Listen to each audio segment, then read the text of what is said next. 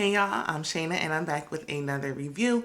This is for Love and Hip Hop Atlanta Season 11, Episode 3, The Red Line. And this episode didn't give much, so, I ain't gonna be here long. But I'm gonna give y'all the best that I got, okay?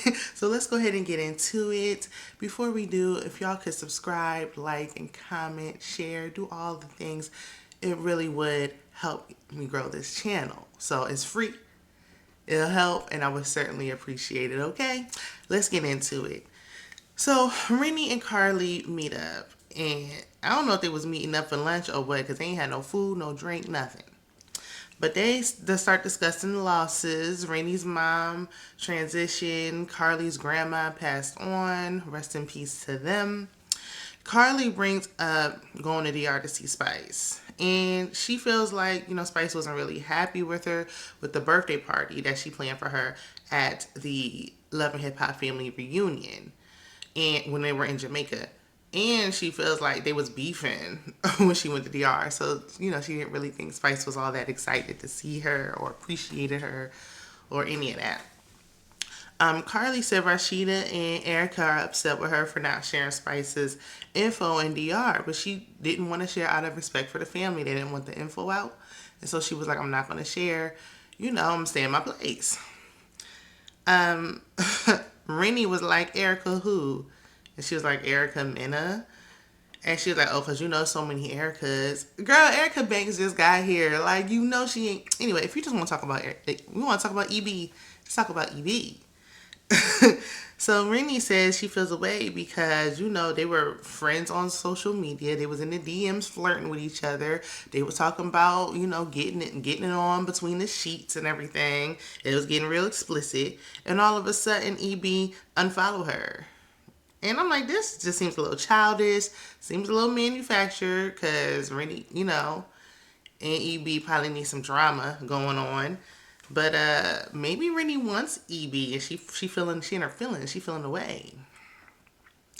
So Amy is relaunching her Pretty Kitty line. She calls Chaotic and he pretends like he's helping her package her product, which I'm sure as soon as filming wrapped, he got up out of there. Her mama's there. And whether the mama body is real or manufactured, she looks good, okay? So Amy said her sisters are jealous because Mama is focusing more on Amy's career. She's spending more time on Amy. And she like, I'm the main one that got something going on right now. So, of course, I need more attention because I'm the only one that has a successful business. So Jessica White is in the studio dropping some beats, okay? And instead of focusing solely on her music, which is what she wants to be now known for, she mentions Nick Cannon again. And I'm just like, what he got to do with it? Like, please. You was in an 8-year so-called relationship by yourself because he wasn't in it, okay? Let's move on. She wants to make sexually liberating music for the women, but the producer that came brought an extremely provocative and explicit song called Put It in Your Mouth. And she didn't like it, and neither did I. And on top of the song just being too vulgar, it was awful. Like, it sounded terrible. So, Spice is having a hard time selling concert tickets because the show has been postponed 3 times, so now the people don't care. They lost interest. Rashida comes to visit. Why is Rashida still a part of the cat? Anyway. And she said she was upset with Karlie because Karlie could have said, okay, I can't give out the information, but Spice is okay. I'll let you know when I know more. And okay, she could have, but if the family didn't want her to tell anything, then they just didn't want her to tell anything. So respect it. But Spice don't like Karlie right now, so she starts venting and complaining and bashing Karlie. Child, Karlie always been fake. I know Karlie before I known about Spice, and she's been fake the entire time. Spice is having a casting call for dancers, and for some reason, she wants Rashida to be there to help judge. I don't remember seeing Rashida dance anywhere. But okay. Amy, her mother, and sisters meet up, and her sister Angie said, she was like, I do have something going on. When I opened my tattoo shop, Mama left for 20 minutes because Amy called. Mama apparently gave all three of them money and was like, here's some money, start y'all business, do y'all thing. You don't gotta work for the man. But Amy's the only one that took her money and invested it. So the sister said that Mama is up Amy's butt. And Mama got pissed. She was ready to come across that table. You hear me? And I would be too, because girl, who was you talking to? So the other sister said she doesn't want to manage Pretty Kitty anymore. She want to do her own thing. But Amy was like, I need you right now. We're about to read lines. She was like, I'll consider. Then Angie got mad that she was considering helping her own sister. And, she got up and left. So Karlie comes over to Spice's house unannounced with her daughter.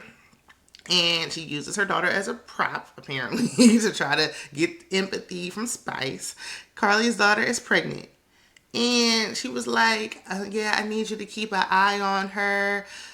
She's like, well, I moved across the street, and I need you to keep an eye on my daughter because she'll be there all alone. You need Spice to keep an eye on your big, grown, 30-year-old daughter that's about to be a mother. Girl, if you don't... So... Spice, is upset because she like, well, now why would you move next door to me? I told you I don't want you living next door to me. Like, why would you do that? She was hot. Okay. And Carly, because she was like, it's kind of crazy. Like, it's giving, it's giving a little throw her off that she want to do that. It's giving a little obsessed. Okay. But I'm like, yeah, Karlie did sound a little off when she was talking about it. But at the same time, Spice don't got no control of where nobody live. You can't tell nobody where they can and can't move. Because she's like, she'll bring all of Atlanta. I got kids. I don't worry about know where I live. Your kids ain't never here. They come for a few weeks and they bounce. So let's try something else. You just don't like Karlie. Just say that. So... at the audition for the dancers, we see those ladies, honey, they putting on a show. You hear me? And then Shekinah says, the other judge, she's like, I don't have no rhythm. Neither do I, sis. After it's over, instead of talking about the dancers, we hear Spice complain about Karlie again. They just want to set up a dramatic scene, I see. So later on, Karlie and Spice have a one-on-one. Oh, Jessica met and got music advice from a singer. Teresa, I forgot her name. She does have good music. It wasn't interesting. So anyway, Spice calls Karlie fake, and she thinks she's obsessed with her. She's like, why would you go behind my back with the whole putting our song into the Grammys with Mita? Why would you move next door? Why are you so obsessed with me? She left the restaurant because she like, I don't got time for this. And Karlie started having tears coming down. And when Karlie get to crying, Spice don't like that. She don't like when she cry. Like, she think it's fake. She gets mad and she leaves. She did this the last time Karlie wanted to shed a tear or two because it looked like she putting on.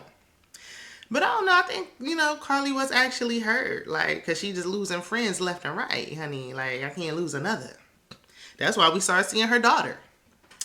So she started chasing behind Spice. And Spice like, I can't do this. She getting up to leave. And she like, Grace. And it was giving a little, girl, everything okay?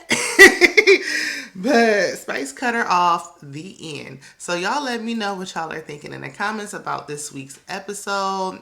Bring Scrappy and Bambi back on the scene because that's when it was real, interesting. Okay. Be sure to like, comment, share, and subscribe. And I will see you in the next one. Bye.